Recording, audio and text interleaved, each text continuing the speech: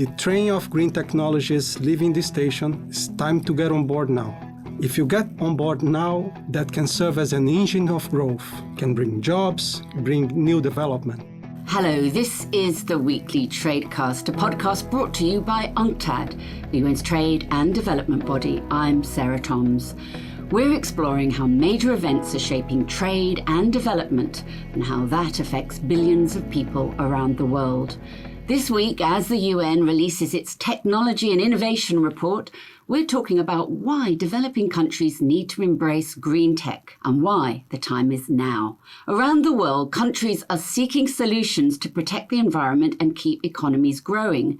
For developing countries, the UNCTAD report says renewable energy and frontier technologies offer opportunities to build important industries and catch up economically while also addressing climate change. But to avoid getting left even further behind, the green transition must be made early. With its readiness index tracking progress, the report says the opportunities are vast, but that developing countries need immediate support to gather the tools and skills they need for a greener future. For more on the challenges and the solutions is UNCTAD economist Clovis Freire from the Division on Technology and Logistics. A computer engineer and economist, he's the team leader of the report. Clovis has worked in Brazil, New York, Bangkok, and now Geneva. Outside the office, he likes to spend his time doing endurance running and marathons. Well, welcome to the show today, Clovis. Now, the report makes connections between climate change and inequality and also technology. What are the benefits and also the trade-offs for developing countries wanting to make progress in all of these three areas? Yeah, this is a very interesting point. The report makes that connection between climate change, inequalities, technologies, but it's important to point out that the report is not saying that countries need to embrace green technology innovation because of climate change. Right. They need to do that because that's the new technological paradigm. If it's green, it will grow, and countries can grow with that. So the message of the report is the train of green technologies leaving the station. It's time to get on board now. If you get on board now, that can serve as an engine of growth, can bring jobs, can bring new development. But if you don't do it, it will leave the station and leave the countries behind, and the inequality between countries will only grow. So we know that historically we have these big revolutions, technological revolutions. Now the last one, the digital one. So now we are at the beginning of a new revolution. This new one is based on new digital technologies, AI, drones, robots, Internet of Things, but also green technologies, green hydrogen, electronic vehicles, solar, wind. So of course, countries that have a better stance on the digital will be better positioned. And we do have this index, as you mentioned, the Frontier Technology Index. And we see clearly, developed countries, they are at the top.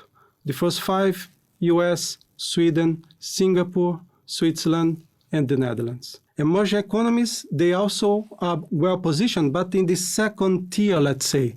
You have Brazil in 35, you have China, 31. So Clovis, tell me a bit more about this readiness index then. How does it work and what is it telling us overall? So it's trying to forecast, to look a little bit on the future. Look at what countries are today and see what are the capabilities to adopt these new technologies. So we look at things like the development on ICT, because this is based on that, on skills, research and development, on their industry activity, and then finance. So it gives us a snapshot of what is the situation now. Clearly, countries have to do more. They need to take this window of opportunity of these new technologies. It's not only to produce these technologies, but use these technologies. When you use these new technologies, you can increase the productivity of the things that you do at high levels. So countries can use that to catch up and close this inequality between countries that we see today. But that requires effort for countries. And what we see is in the particular case of green technologies, it requires policy, it requires innovation, industrial and environment policies that are aligned to bring the capabilities of countries to be able to adopt these technologies. How do these developing countries build up the right resources, and what kind of support do they need, and who needs to provide it? For sure, the main responsibles to build these capabilities are the countries themselves. So through policy, they should be able to provide infrastructure and the environment to create the demand for these products. The private sector in these countries are able to provide these products and services that use these technologies, but also through demonstration projects, through investment on research and development, through clusters, to build the capability of the private sector to be able to enter this new wave of technological revolutions, to use the technology, know how to use them, how to adopt them. But for sure, for most developing countries, these will be new sectors, what we call infant sectors. Mm-hmm. So as infant sectors, they need some kind of protection. So you give some time for your industry to grow. And the trade regime sometimes is not really aligned to give that protection to developing countries to grow their infant industries. So what we are asking and calling this report is to have this alignment between what countries would like to do in terms of climate. All countries have pushed for climate action, and that means to give the opportunity for developing countries to use and adopt these technologies. Can this green transition and the necessary support really happen, though, with the required urgency that you've been talking about? If not, what are the consequences? It is possible. And we saw that when countries had to respond to a crisis, as in the case of the COVID-19, they were able to align the trade rules to what was really required on the ground. Mm. So clearly it's a matter of countries get together and understand that is needed. Perhaps what is most important is for developing countries to understand that the timing is very important, and they have to do now. So they have to do their national policies, have to be aligned and to go in this direction now. And at the international level, they have to work together to facilitate that process. But you have to have the two sides of the coin. What would be the effect if that is not done? We will see the repetition of the previous technological revolutions.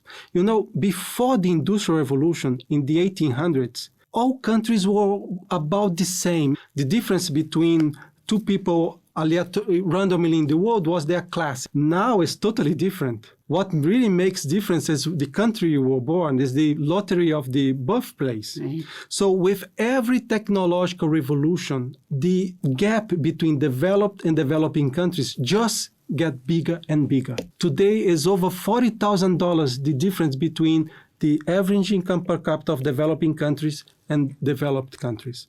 So what will happen if developing countries will miss this wave of technological change? Further inequality between countries. And what is worse, also on top of that, slower action towards climate change. So because the green technology not only will be the source of engine of growth for these countries, they also can help to tackle climate change. So the consequences are really severe. Now, what are the specific areas of green innovation then where developing countries can make rapid progress or even have a competitive advantage? Where should they be looking? We have covered 3 areas that we believe that are very important. First is to develop and use renewable energies. So you have solar, wind, biomass, green hydrogen, and you see that you have countries already moving in that direction. At this moment, all countries are about at the same level. Developing countries that are learning and figuring out how to create value out of that. The second one, using these new technologies like Industry 4.0 technologies, AI, robots, Internet of Things, to green global value chains. So this creates opportunities of business for developing countries. But by using these new technologies, they can reduce energy consumption. They can find better ways to do the maintenance of the productions. The third way is to diversify. Most developing countries are still very reliant on few commodities, few sectors. So let's try to find the paths for diversification that are both more technologically advanced, that bring more technology to the country, add value, and at the same time are more carbon efficient. Well, thank you for the update on the report there, Clovis. That was UNCTAD'S Clovis Freire, who was this week's guest. Tune into the Weekly Tradecast next week and every week for more insights on the most pressing issues around the world of trade and development. And there's even more on our website, unctad.org. I'm Sarah Toms in Geneva. Goodbye for now.